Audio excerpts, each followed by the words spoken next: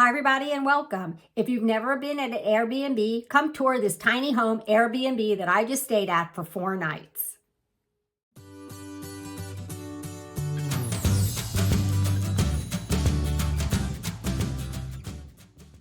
Before I get started with the tour, I just want to give you 2 disclaimers.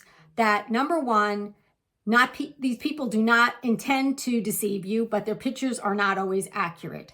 And number 2, they don't give you the actual address of the location, but they do a Google pin. So you can look at the area and see if you are comfortable with that area. There could be an area that's maybe heavy in crime, or it's just not a particularly good neighborhood and you might not want to stay there.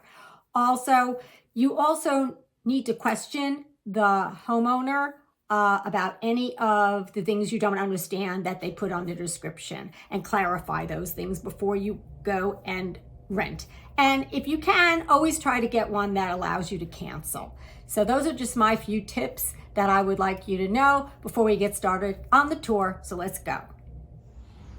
I wanted to show you an Airbnb that I'm at that is totally fenced for my dogs, which it is, but the property really is not being maintained. And the pictures online show one thing, and when you get here, you're finding another thing. And I've had this all too often happen with Airbnbs when it comes to my animals and a place for them. So the first thing I noticed is I walk in and the patio is full of cracks with weeds everywhere. The whole garden area here was full of weeds all the way around, and to protect my dogs, I pulled out a bunch of them. Now the property goes all the way back, but it's nothing but weeds and debris.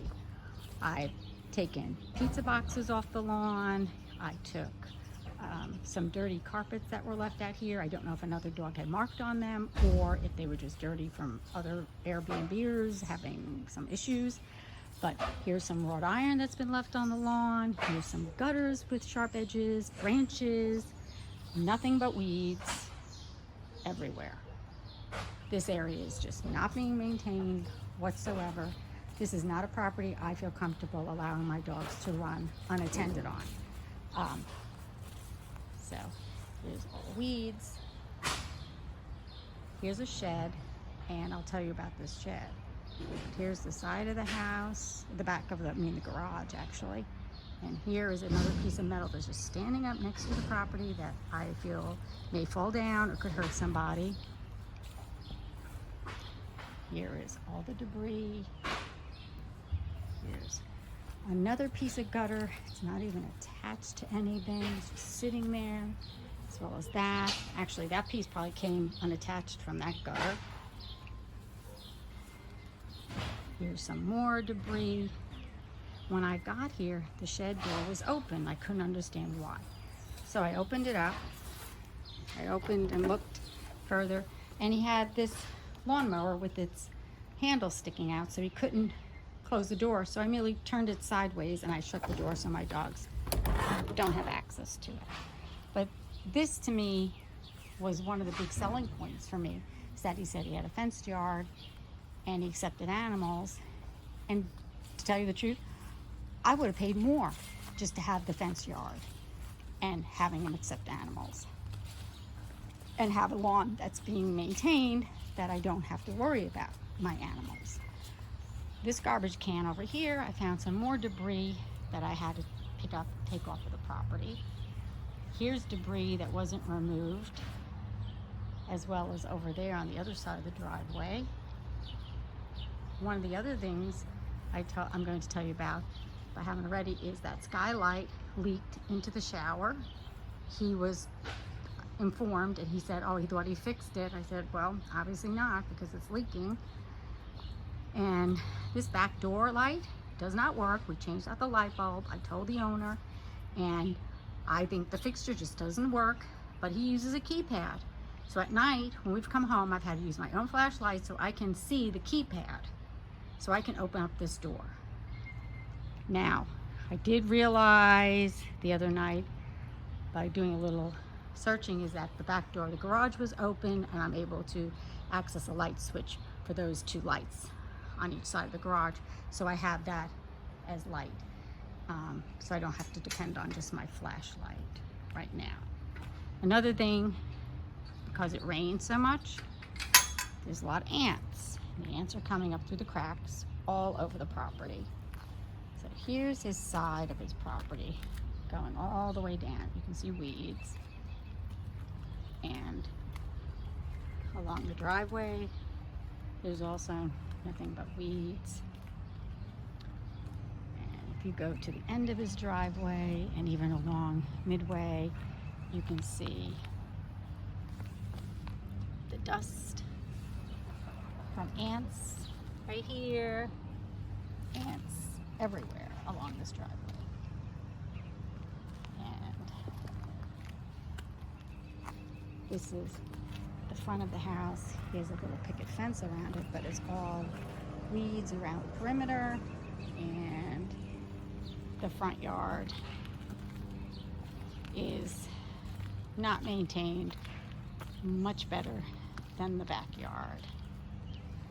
And like I said, I would have paid more money to have a totally fenced in yard like he has, which is perfect, and allow my dogs to go in the back and have a perfectly nice place to sit in the evening.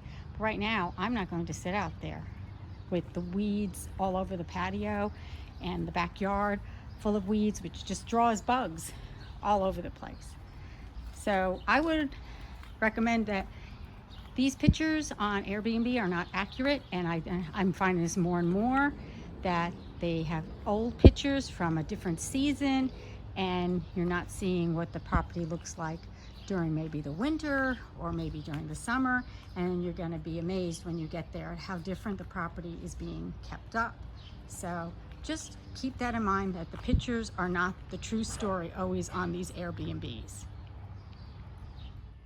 This is the most unusual thing I've ever seen. This is a tub that is about 3 feet wide, and the bottom is really grungy. I mean, it just can't, I don't know if it can be cleaned. It would need to be reglazed, but the exterior of this tub is all crudded up. I mean, really bad. I mean, and this is what people in Airbnbs give you, and you know, they show the pictures in the best light, but guess what? This is really kind of almost unacceptable.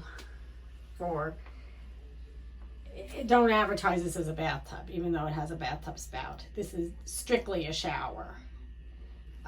Nobody can bathe in this except an infant. And on top of that, the skylight is leaking, and it's not in very good condition, in my opinion. Plus, one of my things that I don't care for is round toilets, and I know a lot of people have to use them because of space constraints, but I really, really don't like them. And on top of that, the sink has cracks here, big huge crack here. There's no way to use the drain. It does not work. So just beware that these pictures that people post on Airbnb are just not always accurate. The one positive I did find in this bathroom is they have 2 separate switches. This one is for the light, and there's a separate switch for the fan. So at least you're not sitting and listening to a fan the entire time while you don't have to. I really appreciate not having that on one switch. And in the original pictures, this unit was not here over this toilet for storage. I see some towels, but I don't see any washcloths. So I guess they don't want you to use any washcloths or have any washcloths. And there's these bath mat that kind of got wet from a leak from the skylight. earlier today due to rain. There's my Winnie who wants to lay in that big puff chair. It's not filled with beans, it's filled with something else, and she loves it. Oh, it just covers you up and makes you feel all snuggly and warm. Here's Alfie laying on the other chair. Underneath is our little purple blanket from home, which she loves.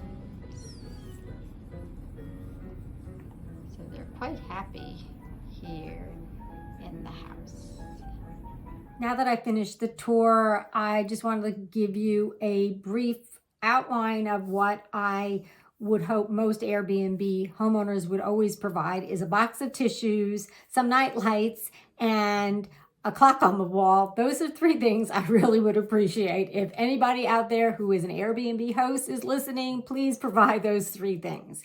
Otherwise, I'm pretty flexible. I understand that you need to read the description thoroughly, and I did. So I want you to know that if there's any questions, again, you need to contact the host. But I have a previous Airbnb video that I did on a home that allowed pets but did not have a fence, but it definitely was a larger home, and it was appointed much differently, and it was new, and it was in a beautiful neighborhood. So it just depends on where you need to be at that time, what's available, and you know, it's a hit or miss sometimes if you're desperate or you need to go somewhere and you need to have a particular time frame like we did. So give this some thought when you're looking at Airbnbs or vacation rental by owners, and you can check out my other Airbnb video that I did. And if you do, give it a like, a share, a thumbs up, and a subscribe, and I'll see you next time. Thanks so much for watching. Bye.